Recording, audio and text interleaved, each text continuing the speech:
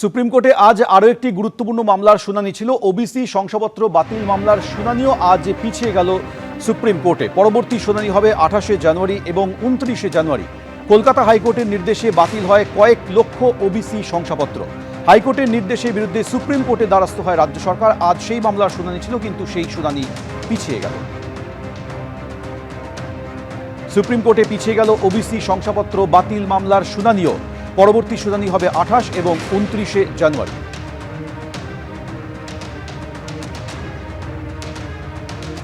কলকাতা হাইকোর্টের নির্দেশে বাতিল হয় কয়েক লক্ষ ওবিসি শংসাপত্র। হাইকোর্টের নির্দেশের বিরুদ্ধে সুপ্রিম কোর্টে আসে রাজ্য সরকার।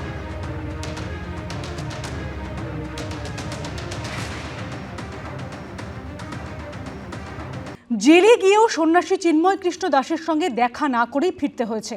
দুর্ব্যবহার করেছেন জেল সুপার। প্রেস বিজ্ঞপ্তি দিয়ে এমনই অভিযোগ করল বাংলাদেশের সম্মিলিত সনাতনী জাগরণ জোট।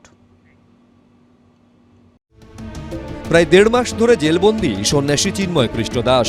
গত 2রা জানুয়ারিও তার জামিনের আর্জি নাকচ করে দিয়েছে চট্টগ্রাম আদালত। হিন্দুদের ওপর অত্যাচারের পাশাপাশি সন্ন্যাসীকে জেলবন্দি করে রাখা নিয়ে গোটা বিশ্বে সমালোচিত হচ্ছে বাংলাদেশের ইউনূস সরকার। তাতেও কোনো হুঁশ নেই পড়শি দেশে। এবার উদ্বেগ আরও বাড়িয়ে সন্ন্যাসী চিন্ময় কৃষ্ণ দাসের সঙ্গে জেলে গিয়ে দেখা করতে না দেওয়ার অভিযোগ উঠল। প্রেস বিজ্ঞপ্তি দিয়ে এমনই জানিয়েছে বাংলাদেশের সম্মিলিত সনাতনী জাগরণ জোট। তাতে বলা হয়েছে, 5 জন সাধুসহ 7 সদস্যের একটি প্রতিনিধি দল চট্টগ্রাম কেন্দ্রীয় কারাগারে গিয়ে চিন্ময় কৃষ্ণ দাসের সঙ্গে দেখা করতে চাইলে দেখা করতে দেননি senior jail super Iqbal Hossain. অভিযোগ, 3 ঘন্টা বসিয়ে রাখা হয় প্রতিনিধি দলকে। সকলের সঙ্গে দুর্ব্যবহার করেন জেল সুপার। আরও তাৎপর্যপূর্ণ বিষয় হচ্ছে, দেখা করার জন্য কখনো সন্ন্যাসীর আইনজীবীদের, আবার কখনো সবাইকে হতবাক করে দিয়ে সংসার ত্যাগী সন্ন্যাসীর স্ত্রী পুত্রকে নিয়ে আসার আজব দাবি করতে থাকেন জেল সুপার।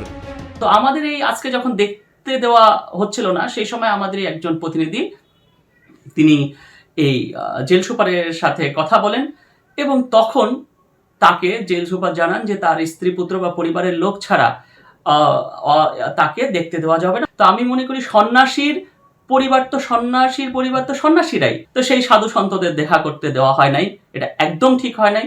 একটা সন্ন্যাসীর পুরো জগৎ পরিবার থাকে। আমরা জানি কি যখন কেউ ব্রহ্মচারী সন্ন্যাসী হয়ে যায় তো ও নিজে পরিবার থেকে বৃহত্তর পরিবার গ্রহণ করে, যেটা হয় সবাই।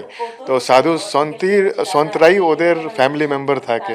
তো যদি ও সাধু সন্তরা ওনার হাল নিতে এসছে, তো এটা উচিত ছিল কি জেল প্রশাসন ওনাকে এলাউ করার হতো। এটা খুব দুর্ভাগ্যপূর্ণ কি ওদেরকে রিফিউজ করা হয়েছে।